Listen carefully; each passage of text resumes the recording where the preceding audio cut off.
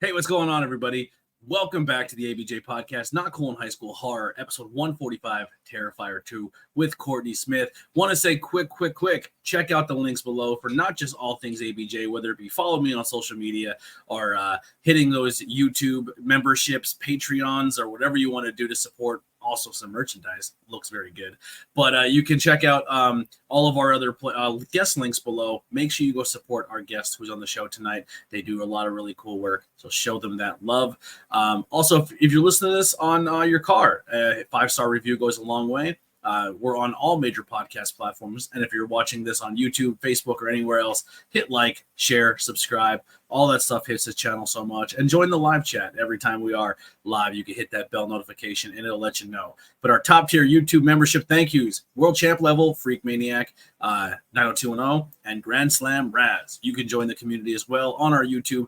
All those things help keep the lights on. Until now, let's get back into the Not Cool in High School episode with 145 Terrifier 2. Here's some music by the Converse Kid.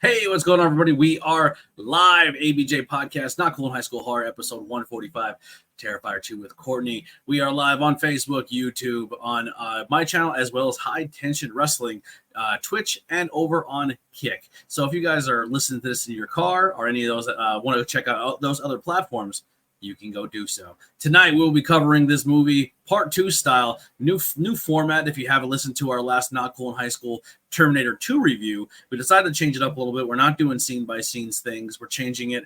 I think it flows a lot better. I'm going to have a lot more. I had a lot more fun with it, but we're going to bring back another returning guest. Myself and Courtney are doing the Terrifier series, and this is the end of that road until November, and then we can come back and do part 3.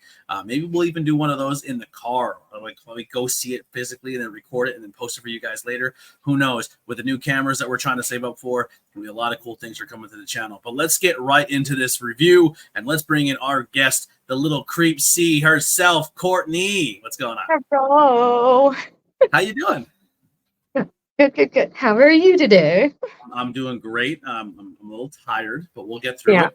I'm like tired all the time. Yeah. So first time on the podcast. How did you have? Did you have a good time hanging out? Yeah. I'm like it's always breaking the nerves in the beginning because I'm like, oh no, it's live. I'm in front of people. Is there a booger in my nose? But no, I'm like super chill now, and I got this nice lighting. Yeah. You're taking it serious. You said, you know what? I'm going to be a returning guest, and we're going to be doing this more often. I want to look good. I want to sound good, and I appreciate that. You went above and beyond. I have my health coat on, my smoker's coat. I am ready. I am established. So yeah, we did the first style. Now we're going to hit up part 2 here. You know, I really enjoyed the first one. Well, not really enjoyed it. I think there was some aspects I didn't like, and we'll get into a little bit of that. But we kind of answered this in the first one, but for people who haven't, why did we pick this franchise? Why did you pick these movies? Oh, I thought, I don't know. It was just a really cool one to pick, and Terrifier is a pretty sweet movie. I mean, I kind of get too in-depth with this stuff, even though it could be like the shittiest thing in the whole wide world, but I'm going to be like, no, did you see this? And this is connected to whatever, but he's a new horror character on the scene, so why not? And plus, it's like some of the most goriest scenes that I've like watched. So yeah. Now, is this style of horror, this gore, really explicit gore? Is this more up your alley for horror? What style do you like? Do you prefer more? I don't know. I think this was like one of my questions the last time. I really couldn't answer it. I think I said thriller last time, but now I'm like, I love gory stuff, but I also like psychological things that they make you think. like Saw type deal, like just things that you have to think a little more in depth rather than the whole plot's in front of you or just the story's like. Yeah. So I Did you guess like watch Late Night with the Devil yet? no, Do that. no, It's really, really good. I need to Yeah. watch that. But yeah, All right. no, I need to put that one on the list. So, Terrifier 2 is a 2022 American slasher film, written, directed, and edited, produced by Damien Leone. The sequel of Terrifier in 2016, it's 2024, and I just recently this year just seen both of these films. The second film is centered solely around Art the Clown, and a third feature-length film to feature the character.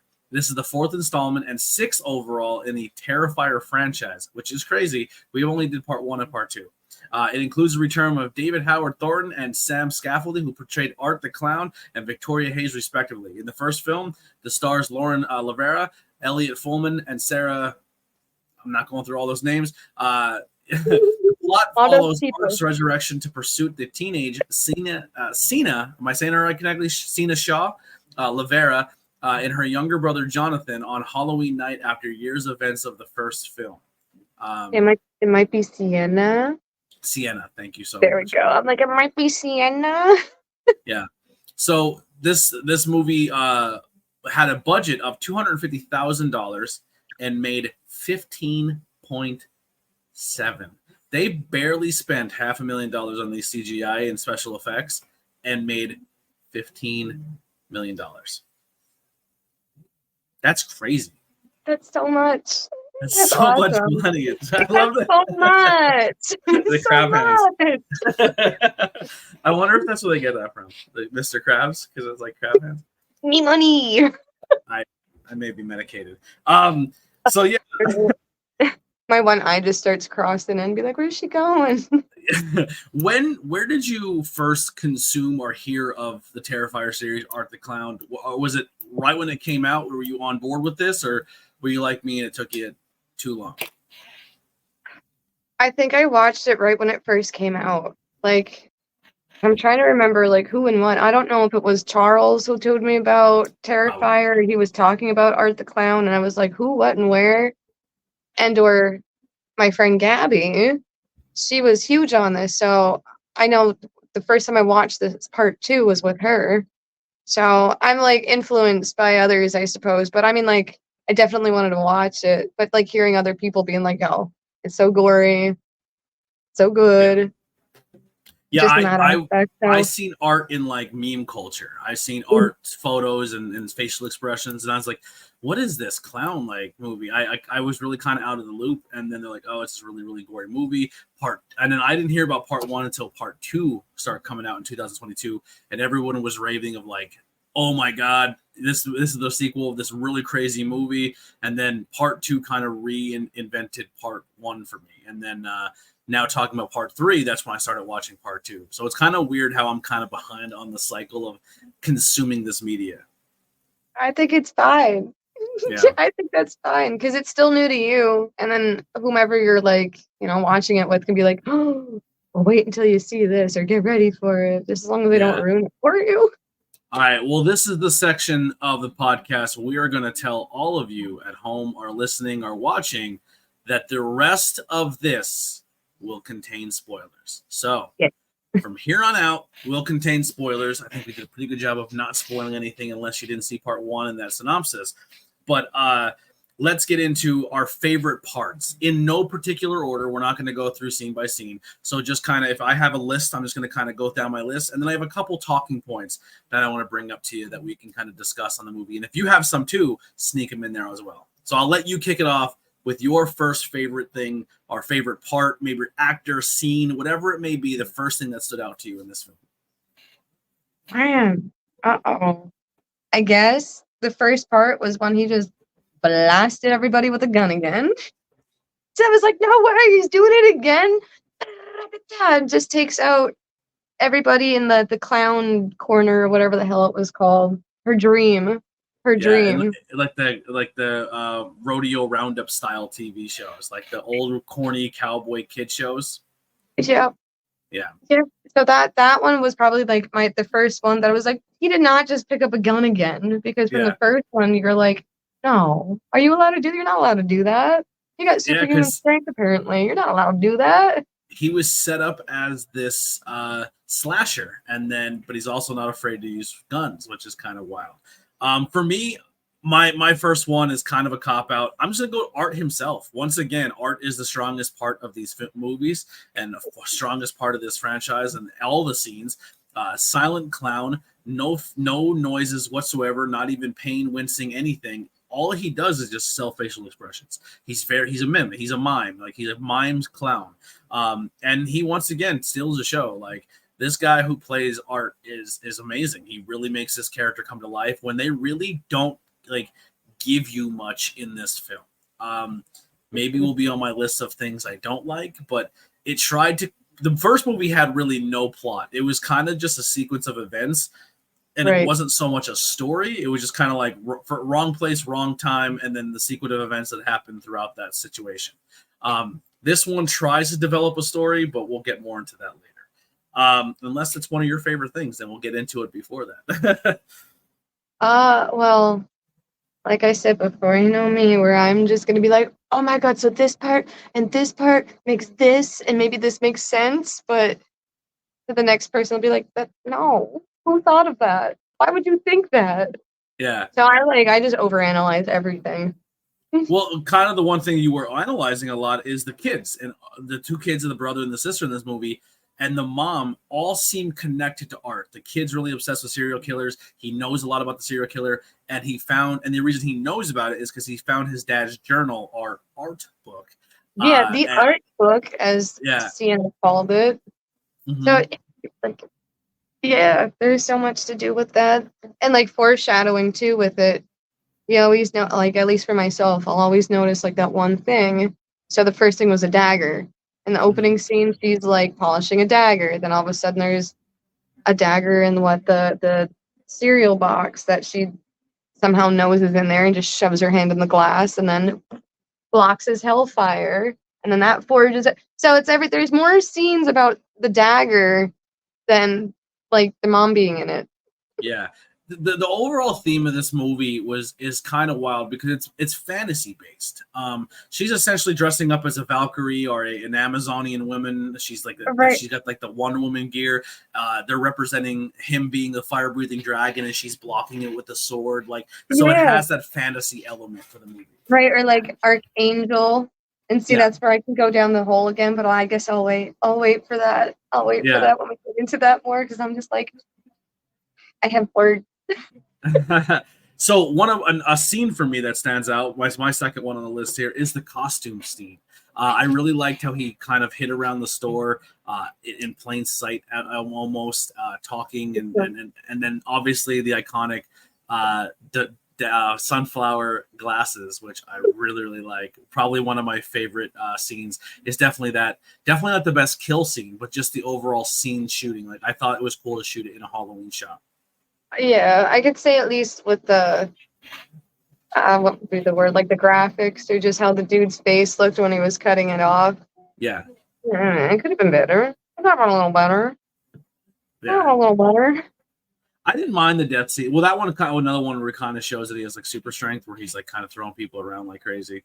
Dude, he like, that's the thing in the beginning too. So right when it's opening up, it's still him at the coroner's office or whatever Dr. Dude was like checking him out. And you just hear like all these weird noises in the background. So I'm like, okay, is that the devil? Is he being resurrected by the devil? And that's what's going on. Like, we hear all these demons and shit. And then the next thing you know, he's just like in the mirror after, like praising himself. And he's like, Art. Yeah. Well, the whole time of the first one, we're kind of deciding if he's paranormal, if he's a demon, what he is. He's just a normal guy. Is he not normal, but is he just a human being?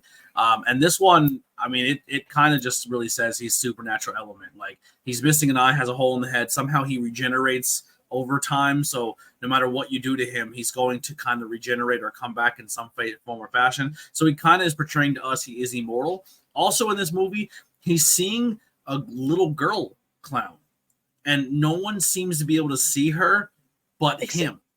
Right. And then there's the kid, so Jonathan, when they're in the school with the raccoon scene, Yep. he sees her sitting there. So that's where I was thinking. I'm like, all right, so if he can only see her, then they're connected somehow. Yes, and then the sister started to see her towards the end of the movie. Yeah. So once again, these kids' connection with Art, are they related? Is there a weird thing where Art might be their dad, or maybe Art killed their dad, or the dad's not around and they don't really explain why, but every time the dad's brought up and Art's brought up, the mom doesn't. She has a visceral reaction to it. She does not like it. She's kind of a kid to her a dick to her kids. Yeah, and it's like right before, I think it's the scenes before she gets taken out. She's like yelling at Jonathan and being like, well, why are you so obsessed with this? Your dad was ill and he wasn't in the right state of mind. Like, she says this stuff. So it's like those little things that you have to kind of like pay attention to or like pick up on. Yeah.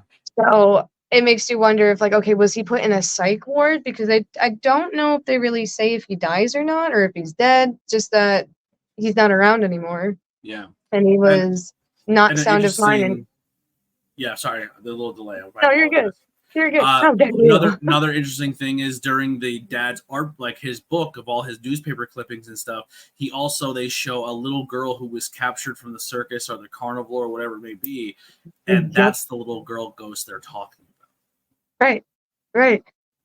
But so many people wouldn't even notice that because it's like a quick flip through. It wasn't like longer than like maybe 5 seconds on that page. It doesn't give her name. It's just literally the newspaper clipping, and it just says Carnival.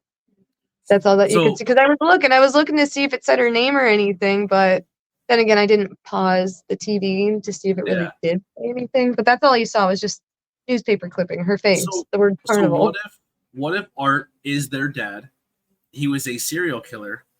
But whatever, and then he, took this little girl, or maybe, and was killing other victims. I don't know why he wouldn't see all of them, and the little girl's the only one he's seeing. There's more to be said with this character. But then this little boy's also kind of obsessed with the serial killer life. They make fun of him, saying he's probably going to grow up to be one. Keep an eye on this kid, and now he's seeing everything Art's seeing. But once again, Art he's not trying to hurt them fully. Like, he's hurting them, but he's not trying to kill them. Everybody else is killing brutally. He's mangling them. He's ripping at their face. He knows exactly what to hit to maim or kill somebody. And with these two kids, he's kind of just toying with them. Right. He just shows up. So it's like after she has that dream, I feel like, okay, she had that dream. Now there's some weird connection because that's where she just starts getting a little nutty. And then Art is in the Halloween store after that, I do believe. I could be wrong, but whatever. Mm-hmm. But then he just starts following them. I guess in an odd sense, too, foreshadowing. Saying how, like, the kid was going to be, could grow up to be a psycho. Because then his sister said, like, well, wait until he starts, like, killing animals or, like, bringing dead animals home or something like that. And then at school, he's seen with or accused to be putzing around with a dead raccoon. Yeah. I don't know. Maybe that's a little foreshadowing for something in the future if he loses his shit. And then a whole family, they're on psych meds or they're on some sort of medication. The mom pops and he be popping the pills, drinking her wine. They're definitely on medication, yeah.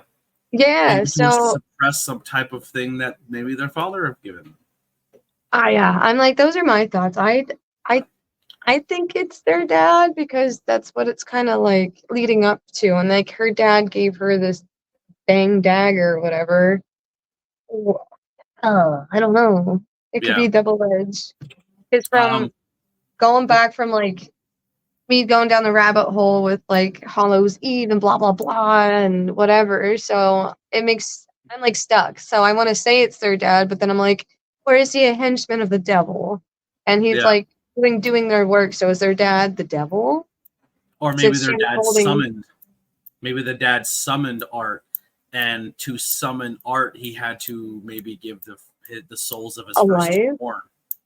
Yeah, something. But then I have no idea. I could talk in circles. I could talk in circles right now because again, like when you first see him with the little girl, she like pees blood. So it makes you. I like in my head. I was wondering. I'm like, oh, is that how something happened that she passed away? Like, I don't know, the blood left her that way. So if you And watch then this with closed I don't know. captionings, we seen that when she comes up and makes a noise, or when she talks as the mother, when she like transforms into the mom, it doesn't say little girl, it says demon girl. So the closed captionings call her a demon. So I don't know what that stands for. But another scene, number 3 on my list, is probably the craziest kill scene of the movie, the most wild kill scene of the movie, the bedroom scene. The bedroom where that's one of my favorites too. I think I just spit at my phone. Breaking her apart. He's cutting her apart. He rips her hand apart. His hand, like that split, like he takes 2 fingers and just rips her arm like a slice of paper. Rips her face off, cuts open her back, and kind of peels the skin off the spine. He like cuts her chest open, and then he runs away. And she's crawling around, struggling, and he runs back in with a gallon of bleach and a jar of salt, and he's pouring it all over her. Like, what a dick. Dude, it's so cringe. Like, that, the first time I saw that, the very first time I watched this movie, my stomach finally did the eat. I got ever so slightly, just a little queasy, and I never get queasy. Never. Never, not once. So that's where that got me, that I was like, all right, okay, I really enjoy this, because this is, I don't know, I've been needing that from a movie. I needed to be broken. I just needed that emotion. I needed a reaction. Honestly, I do that sometimes too. Like, I watch a lot of pro wrestling, and sometimes I just don't get the same reaction as others do, and then something cool happens, and it makes me feel that again, and I'm like, oh. Like, I think the last time I had that feeling, I think we were together when we were watching WrestleMania, and Stone Cold and Kevin Owens wrestled in the main event. I was 13 again. You know what I mean? Like, I was in the bar, and I'm just like, and the whole bar was just going bananas. It's probably one of my top wrestling moments of all time, just because of how everybody was like, they were a kid again for that one segment. Like, it made us pull the curtain back. Dude, I get such an adrenaline rush from that stuff too. I could say, like, cage match, Undertaker, Mankind. Oh, the Hell in a Cell? Yeah. Yeah, that's it, my bad. Whatever. Yeah. But I just remember getting really excited when everybody fell off and it was unscripted. Yeah. Oh my god, did he die? Is he okay? No, I get pumped. I get so pumped for action-packed things. Wrestling. And then another crazy kill. The friend and her boyfriend are outside. He's taking a piss in the car, and we get the old dick twist. I mean, being a dude, does it make your belly button feel funny? Like, does that hurt when you see that stuff? You're like, oof. I went inverted. I was watching someone get their junk ripped off was a lot. Yeah, but he doesn't finish him off. He lets that guy. I mean, I'm gonna guess he bleeds out, but he doesn't like go for the final kill, like, at least on camera. Well, Lorena Bobbitt didn't kill that man that she chopped his pee off, so maybe he's like, I hurt you enough. Yeah, but he like gouged and ripped and pulled and twisted. Yeah, he's not coming. No one's coming back from any of that.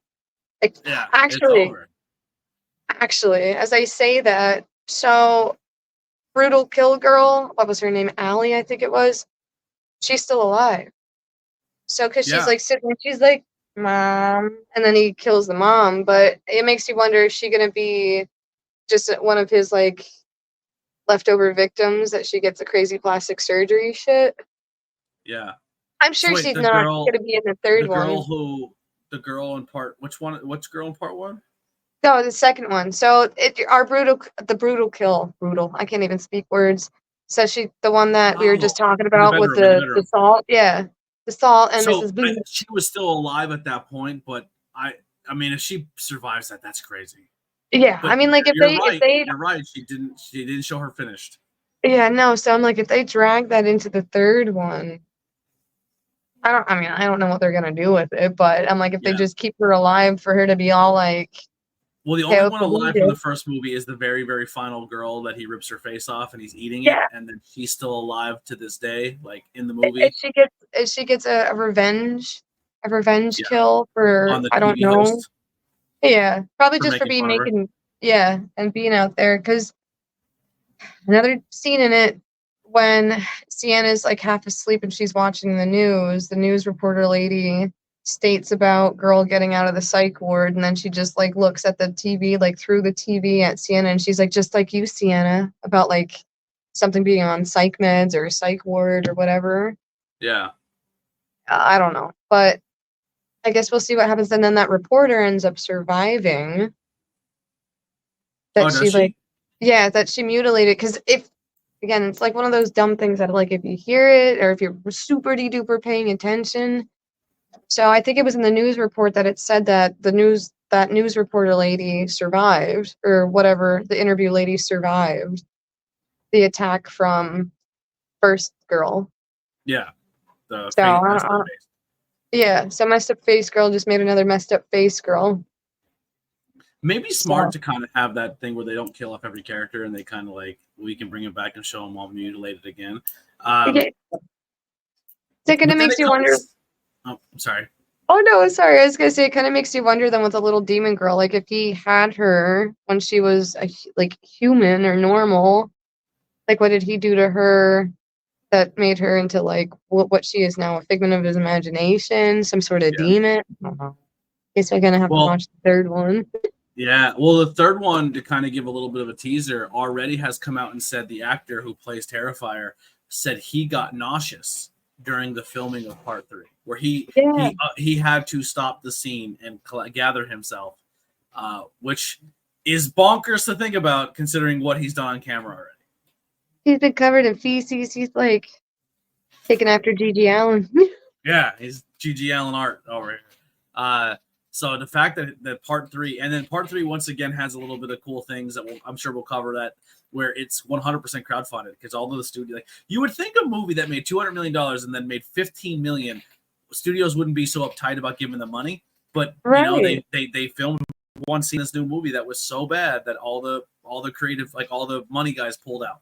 They're like, we're not doing this, we're not funding this movie. So They're probably but like, when we you just don't. tell the horror community that, we go, here's our money. We want to see that was so bad that they didn't want to film or they didn't want to pay for, Right? you know? They're just a bunch of wuss pusses.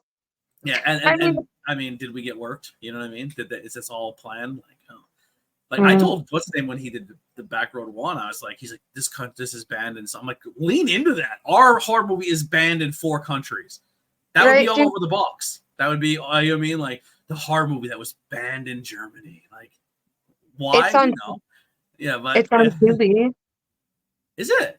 Yeah, so it's totally streaming on Tubi right now, right this minute. So Are they? I Is that think, like aware, or they're cool with that? I mean, it's on Tubi. That's public access. That's to everybody who is gonna look I up hope background. No, I'm pretty I hope sure they that sign they. a deal, and yeah, I have no idea, but I know that I think they shared a post maybe like a couple weeks ago because one of my girls had messaged me yesterday and they're like, "Hey, what was that movie called?" I was like, "Oh, Backroad. It's on Tubi." She watched it and then she's messaging me and I'm like, "Listen, I still didn't watch the first one, but I'm like involved heavily in the second one." watch But it. Should we review Back Road One? oh my god, that'd be fun if we could like sit together and watch just so I could be like, "Oh, did you see?" Yeah, I would have never signed up for part 2. No. No, I If I probably would no, have yeah, put you that on the definitely would have. bucket list anyway. I'm Yeah, like, I definitely would have anyway. yeah. So yeah, if you want to go check out the movie Courtney's going to be in part 2 of, it's a sequels across the board. Head over to Tubi and look up Back Road the movie. We in my very first episode of this podcast was the director, creator, and producer of that movie. So that's pretty cool. It's on Tubi. You said something I wasn't aware of. So we get towards the end of this movie, and then you can jump back if you want to go back and talk about anything else. But I have down for my number 5. He lets her kill him. Like he's hurt. Like he slit her throat. He's just looking at her, and he can lunge up and get her. And he kind of shows his neck, and he's like, "Do it, finish me off." Like he allows her to do it, almost as if he knows it's not gonna do anything. Right. So if he's already begin to understand that he's invincible, oh, I feel like he had that self realization the very beginning of the movie when he wrote his name on the mirror. Yeah, Like he's like, I'm, or like I'm back. I mean, I don't know. So Yeah. maybe he knows Uh, that he cannot be destroyed at this point in time. yeah. And he and the little girl comes back and she picks up the head and it's like it's whispering to her. And then she just walks off with it, which is if she's an imaginary figment and she's not really there, she's physically interacting with a real inanimate object. But what was it? What are we missing? I might be missing something. I'm gonna stumble over my words and my thoughts right now. Somebody gives birth to him at the very end, though. He gets birth back. Like, so he's a part of everybody. I don't know. Just he's everywhere. I don't know how to describe it. It's art. It's an anomaly. What you're talking about is the post-credit scene where the woman who he ripped the face off of in part 1, who also kills the TV reporter, is now on a psych ward and she's pregnant and gives birth. Yeah, she gives birth to Art's head. How could I forget that? I'm like, I just remembered this. Like, I blocked that out. I'm like, he was just being reborn. Now, what's the craziest part about that whole scene in the hospital? Do you know who's behind the counter? The guy who's eating the food? No. It's Chris Jericho. Oh my God, yeah, I did know that. I'm like, wait, what are you gonna tell me right now? Yeah, no.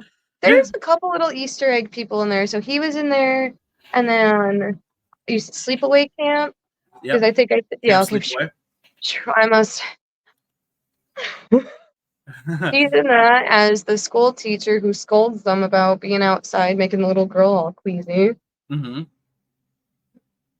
I don't know. There's probably somebody else, but I don't know. But those are at least the two. But yeah, you took the cake on that one. So literally, and he ate like a head. They're eating like what looks like a severed head. Yum yum yum. All right, negatives. I'm not gonna go hard in the paint. I'm not gonna try to find 5 things about so when I go into my favorites, I try to at least get 5. I try to be positive and at least get 5. But when I go into my negatives, I only do them if they come to me. I'm not forcing myself not to like something. So that's kind of how I went into it. But I gotta say, if you take out the gore, the extreme excessive gore and violent kills in this movie, and you were to replace those with like kills, you know what I mean? Like quick cutaway kills. Yeah. The premise of this movie with the dagger and everything like that, and how it's treated and how it's kind of kiddie. This movie 100% can be a Are You Afraid of the Dark or a Goosebumps episode. It seems very TV horror, but then in between are these insane, murderous, gory, crazy kill scenes. But the feel of the movie, like in between that, seems like it could be a PG-13 kids horror TV show. I agree. Like if we were to take out just those 2 major kills, be a fun project for somebody. Make Terrifier 2 PG-13. Yeah, PG-13. We'll make it PG even better. Yeah. That's my first one. Do you have one that stands out for you? Something you didn't like? It was too predictable. Like I said with the dagger, this, that, and the other thing. Like I picked up on that, and then her being this angel. Like it was just too predictable for me that I had already known what the heck was going to probably happen towards the end. It was predictable, but it still didn't give you answers of why. Correct. If that makes what the sequences of going to be were in the movie were predictable. But why they were there, we have no clue. Like, why is she dreaming about cowboy shows, and why is she like? Why is this dagger so important? Like, so like how you're saying, like A and B and C are going to go together, but the in betweens of that, you're still like, I don't understand anything what I just watched. Like, there's what is the meaning behind the synopsis behind this besides like, okay, you're having a nightmare, cool, but that plays off again in another scene. Like, so why this and here? But I guess that's just the fun of like making us try and think that stuff. But I could even say like another negative for myself, the battle scene. Oh, I'm drowning, and then this beam of light just, and I'm like, oh, you're kidding me! Like that was the worst. That was just the worst. Like, all right, we have all this cool gore horror, and it's all intense, and then we just have this beam of light, and I'm like, oh, Jeebus, here we go. And the Yeah. angels will save her. Like, no. And it was a So weird scene bad. where she's bleeding, where he stabbed her in the belly, and then it like really zoomed in on the blood coming out of her belly button. Sorry, I'm It being even over had the 80s dramatic. like the only other. All right, I'm adding to the Her list. shower scene, her little Yeah, shower scene with the the shower boop, scene creeped me boop, out. doo, doo, doo, doo, doo. It was Yeah. like oh, they're gonna show the. So like I know the girl. It's kind of like, you know what show did this to me? Shameless. Shameless had a character in the show who was portraying a underage girl, but it was played by an older girl. Right. But she was a very sexually active younger girl who was taking it, like trying to hook up with everyone that her mom brought home, and she hooks up with Frank. But she shows herself naked, but she's playing underage even though she's not. And this movie kind of crossed that line a little bit too, where they kind of make this girl like a high school girl, and they're showing her naked in the shower, rubbing soap all over her. It's like, could have done without that. Yeah, like the slow up her leg, and I'm just like, well, but The then I'm like thinking, I'm underboob, like, like what? crazy underboob. Yeah, but then they go to a club, so is that just like an all age and underage club that they get Yeah. fudged up on? To Like, me, it gave me high school vibes, but now you're saying the club scene, maybe they are college. I don't know. I don't know I either. don't know. That's like one of the like this movie is just confusing. And Yeah. those little scenes, like yeah, you have like your story, you're following the clown, people getting killed, whatever. But it's like those odd ends. Like, are they still in school together? Does she say that she's going to call? Like, I don't know. I Yeah. have no idea. Kind of what the overall arcing for me with this one is, my list of things I didn't like as well, was it left you more questions and no answers once again. It got me. It once again leaned into that stuff where it's like, here's more thing, and you really don't know anything else. I'm not saying I need my hand held, but I'm going to be honest. You got one more movie out of me, and then I'm lost interest. You know what I'm saying? Like, Yeah, essentially at this point, I'm just watching for your gore kills, and as a concept movie, I'm out. Like, you know what I mean? Like, I'm not going to be invested in your product, because I really think Art, and the guy who portrays Art and the way he portrays Art, like, he has all the makings of being the next Michael Myers, the next Freddy, the next, you know what I mean? Like, it's all yeah, there, but I just like feel like we need a stronger story with it. right, because it's messy. It's a bit messy because I don't know. Like I said, like I went down the rabbit hole with going through watching Hollow's Eve and then trying to piece that together because again, like I tried to or kind of figured out like he's like summoned from the devil, like he's a devil's henchman. So okay, so then in that aspect, I'm thinking already, all right, so he's like a demon, he's a paranormal, he's something. Then the first movie happens, but that only happened off on a whim. That only happens because someone somewhere out there was interested enough in Art the clown, like that clown character. So I don't know, like you can compare it, but you can't. But that's where I like go down that rabbit hole and take like little bits and pieces from each thing that he was in. So in my head, I'm like, all right, so if he's a demon or a henchman of the devil, then it goes into like the first movie where he's just killing people and then learns about himself that he is, I don't know, outworldly, super strong, whatever, I don't know, a demon or something. Mm-hmm. Because then, and then the second one, he is resurrected and he knows that he can't be defeated, but then it goes off into like the art book of her Yeah. like holding the devil's head. So I'm like, well, that's not Art's head, it's a devil's head. So like, go Yeah. down there and try and put pieces Lily said together. that maybe he needed the power of the dagger. That's why he let her stab him with it. And then it's the same light that was coming from the little girl's eyes was coming from the dagger. It's another speculation. Yeah, good point. Did I see a movie? We're talking about it now. But I'm going to get into my next thing. I did not like the fantasy elements added into the movie with the angel and the demon and the dragon and the blood and the dagger, and it took me out of it. It took me out of it. Now here's the thing. I really liked a lot of elements about Scream 5. I thought Scream 5 was a very mediocre at best movie, but there was a lot of stuff in there that I thought could have been good, but just ended bad. And then Scream 6 happened. And Scream 6 did such a good job making 5 make sense, and then ended so strong on its own that it makes me reappreciate part 5 because how part 6 was. I really, really hope Terrifier 3 adds another layer to this, that now when you go back and watch 2, and then you're like, Oh, and you reappreciate it because 3 was that well done to make 2 make sense. Because Right. if 3 doesn't do that for me, I think I'm done with the franchise. Yeah, I'm just here for the gore. It's like, I know, like, talking to you, but I'm like, well, wait until you see this is the most amazing thing in the world. You're gonna love it. And then you're like, what?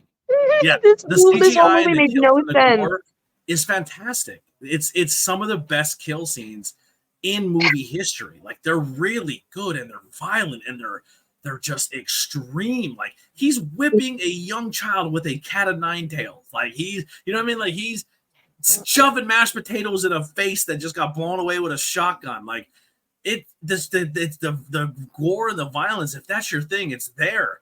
But if you're looking for a story, it's not. It's like a No, and see, that's where I go crazy, where I'm like trying to put together these dots and stuff. Like, even, yeah, I sat down and talked like to the Beardy about it too. I was like, okay, I'm like, I know you're sick of me talking about this. I was like, but now that I watched this again, I was like, this dagger and this, and he's like, would you just? He's like, stop it. He's like, it's just terrible. There is no plot. He's like, stop trying to make. He's like, just stop trying to put this all together. And I'm like, I can't. I have to. I have to.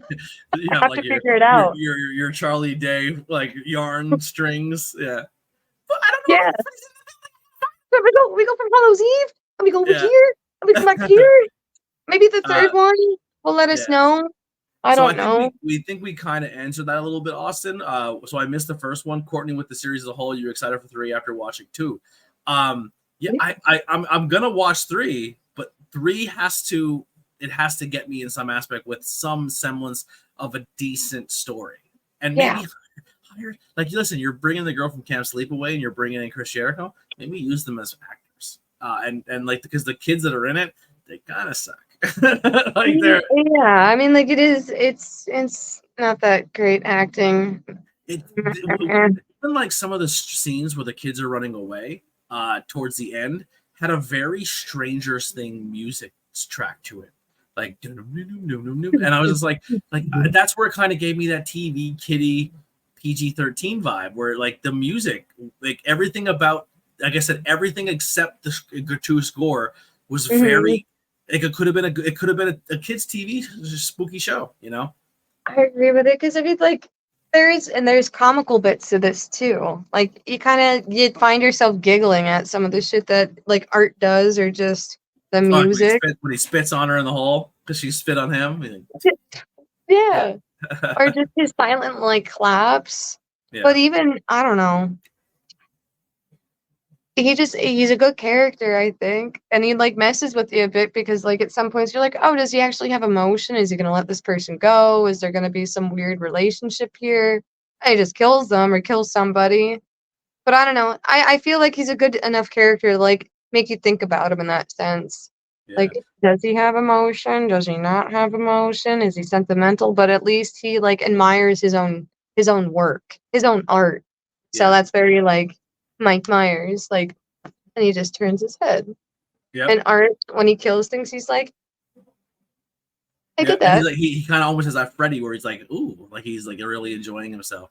Real quick, huge thank you to Captain Butters, my brother Austin, for gifting 5 free memberships to some people in the chat. And the cool thing is both Raz and Kai on their birthdays got free memberships, so that's super cool. Also, Pete Corvus with the free membership, and Gianni Zolo gets a free membership. I don't know who the 5th one is. If it popped up on screen and I didn't see it, let me know. I only see 4 of them out of the 5. Who But are huge thank you you? for the gifted memberships. All that money goes to help the stream and the channel. Thank you so much. Overall impressions, Courtney. Where do you lie with it? I kind of gave mine. I wish I had a little more story, but the gore is some of the best I've ever seen in horror. Um, that's a double-edged dagger. Overall, I'm like, I like the gore aspect. It's the first movie that made my tummy do something funny. So at least for myself wise, I give it a 4. A solid 4 because of the gore. 4 for gore. I'm gonna give it a 3 for the gore. 3. Yeah. If the gore wasn't as good, this would have been a 2, a 2.5, maybe even a 1.5. because I just Yeah. think that the story, it's like if those kills and those death scenes are not in that movie, and like I said, I just watched the rest of that as a story. It's Halloween Town. It's you know what I mean. It's not. It's a Disney not that Halloween movie. great. Yeah. It's really not that great. Yeah, it's a Lifetime. Not even Lifetime. It is literally, like I said, it's a Nickelodeon '90s. We're gonna put a spooky show on for kids, and then they added crazy death scenes. So it would have been a 1 or a 5, a 1.5 or a 2, but because how good the gore was, I'll bump it to a 3. It's just the reaction. It's just the fact that out of nowhere, I felt a little queasy. I'm mad at myself about it. Like I won't let myself live that down, but just for that, that's where I'll lay a 4. But story, no, that's a 0. That's a whole no. That's a 0. That's a 0. That's a whole lot of nope. Yeah. There is none. But then again, you have me trying to figure that out. Yeah. Super sleuth of like, well, if this ties here and it's a devil versus angels type ordeal, and then if they play it like I said, I could go down the rabbit hole and just make it sound really cool. But in all reality, it's not. It's just a good slasher film. Over the top kills, lots of bloods, and guns, unnecessary gun use from your bad guy. With the movie having a slightly larger budget, that makes you guys appreciate the gore and Terrifier 1. I appreciate both movies. Both of those series, like I felt like if that was done in any other budget film, that would have that budget would have been a lot higher if that was a AAA film, because I felt like the special effects were amazing. So they made, hold on, just want to kind of go back and recap this here. Part 1, the budget for Part 1 is $35,000 to $55,000, and they made $416,000 in box office. That's just box office numbers. I'm like, they got a new car. Yeah, so like, if they made $416,000 in box office, let's just do a quick Google search. What did Terrifier make as Google? Tell us the things. Because I mean, like you have to think too. Like the franchise itself is like there's like figures and toys, and like this guy has to be a millionaire, and he made his first movie with a $55,000 budget. You know what I mean? Like, right? Do we like? I'm like, we as human beings put value to the most craziest of things, though, in that essence too. Yeah. But well, let's kind of get into some fun facts that I was kind of looking up about the movie. So this one kind of hits close to home. So it says shots of the Terrifier haunted house were filmed in a real haunted house called Fright Factory in Philadelphia, Pennsylvania. The filmmakers were used what was already available to them. David Howard Thornton, who plays Art the Clown, performed voiceovers for Art Crispies in several commercials during the dream sequence. So you actually hear Art's voice a lot in the voiceover work. As Lauren Vera trained martial arts, so she did most of her stunts the entire movie. I'm not going to go through all of these, but I'll pick out some of the cool ones. The movie was completely independent made. The money was raised through several sources of aid for studio. Created all special effects himself in order to cut costs. He was able to be uncompromising in his depiction of violence and gore because there was no studio making demands on or insisting on cuts. While it was originally planned to be a limited theatrical release for a single weekend, the movie reached top 10 at the box office on multiple weekends, and its theatrical run lasted well past Halloween. The film domestically grossed over $10 million on a $250,000 budget and a 39,000% return on investment, making it the most profitable film in 2022. Damien Leone has denied any allegations of misogyny after he made Terrifier, the first one, raising women taught him to love horror movies and spending time investing in the character Sienna in Terrifier 2 was for audience to root for her, not for Art the Clown. However, the audience subconsciously identifies with the killer, and this is virtually impossible to create something in 2020s that doesn't offend somebody. So yeah, I guess because he targeted so much women in the first one, people kind of called him out for possibly misogynistic and being gross about it. So in part 2, he added that female protagonist that was able to fight back to kind of give it that classic horror movie feel. They even didn't say that it makes you wonder then what they're going to do with the storyline. Are they just going to let it go? Was that just for fun? Yeah. Stephen King shouted out the film on Twitter saying Terrifier 2 grossing you out old school. He just did that recently with another movie. I think Chuck just posted about it, where he gave like a review of a horror movie, and now people are like, "Oh, Stephen King's giving the nods. I have to go check it out." Yeah, I don't know. He just posted on Facebook. Well, listen, Stephen King's approval gave us the Evil Dead franchise. Stephen King put his stamp of approval on Evil Dead 1, and it panned out pretty well for that movie. He's a brilliant man. Yep. Filming Terrifier 2 began in October 2019. It was almost completely before COVID-19 quarantines. When they did full when in full makeup, disfigured Victoria was almost completely blind. There was one small hole in the fake right eye she can see through filming. Between shots, this eye could be removed. Yeah. Events of Terrifier 1 take place in 2017, and Terrifier 2 takes place 1 year later. That's pretty much. There's a few more. If you want to go check them out, please do so. But that's pretty much some of the fun facts I learned about that in the movie. So, yeah. It makes me. I was gonna say, what you're saying, like the year apart or whatever. Again, just with the dad's art book. Did he already, because they said something that like, oh, it's not your fault that this happened, but he already had all the victims painted.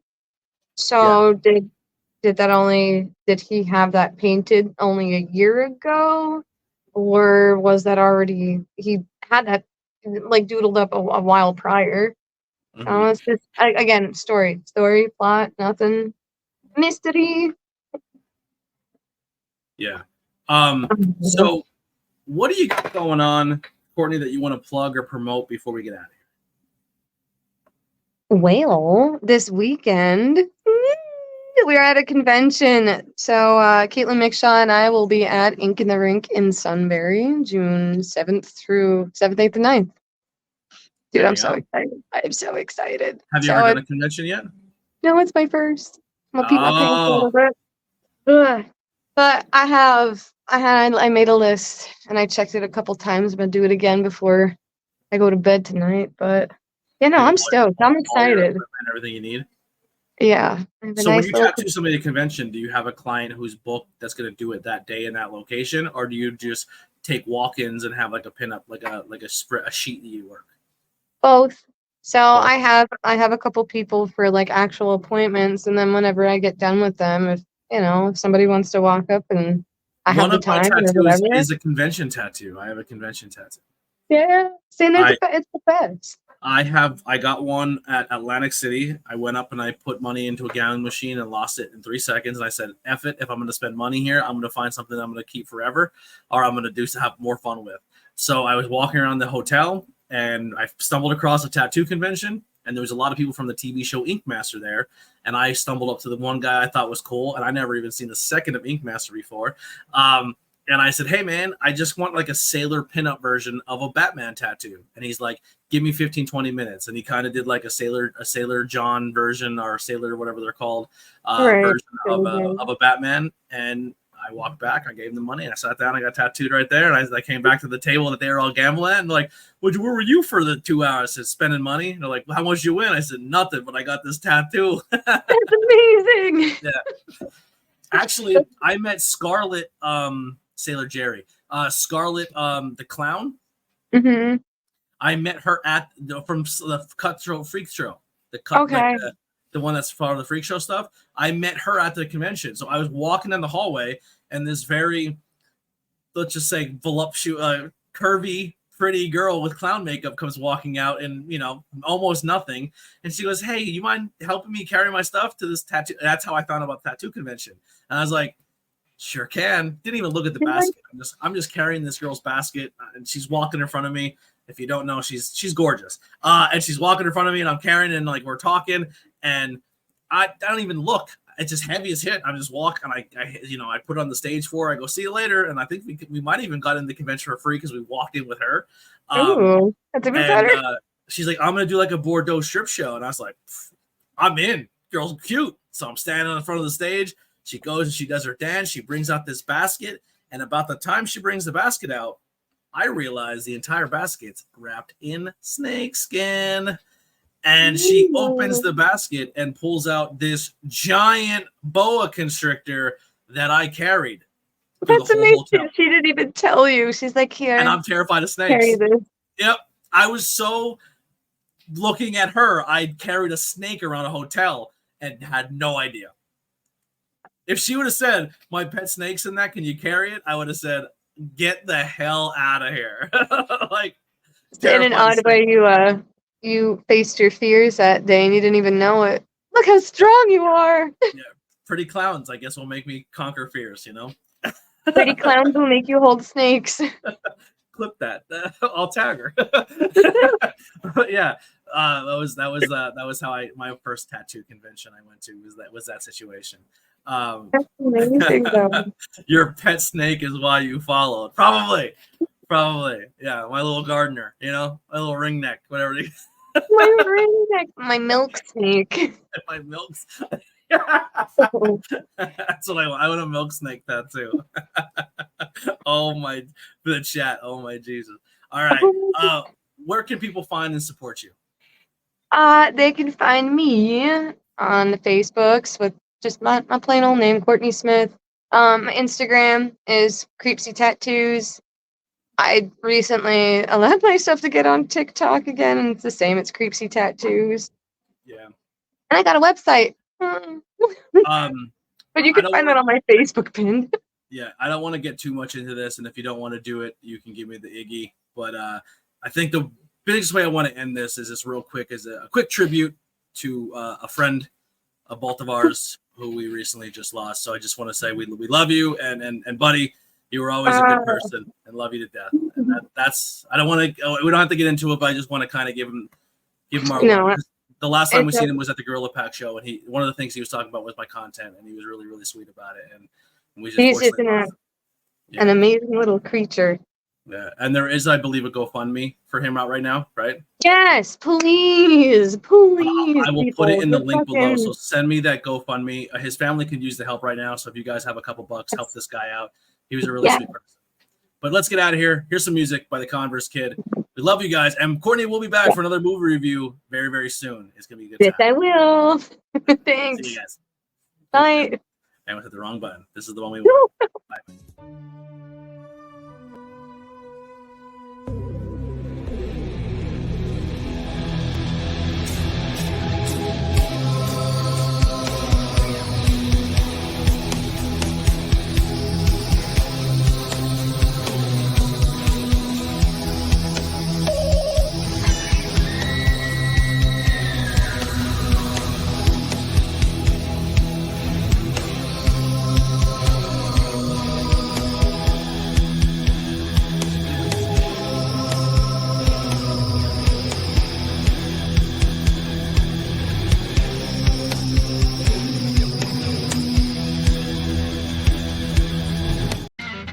This is an ABJ podcast production. Join us. Would you kindly join us at the Cult of ABJ Discord community? We'll see you there. Join us.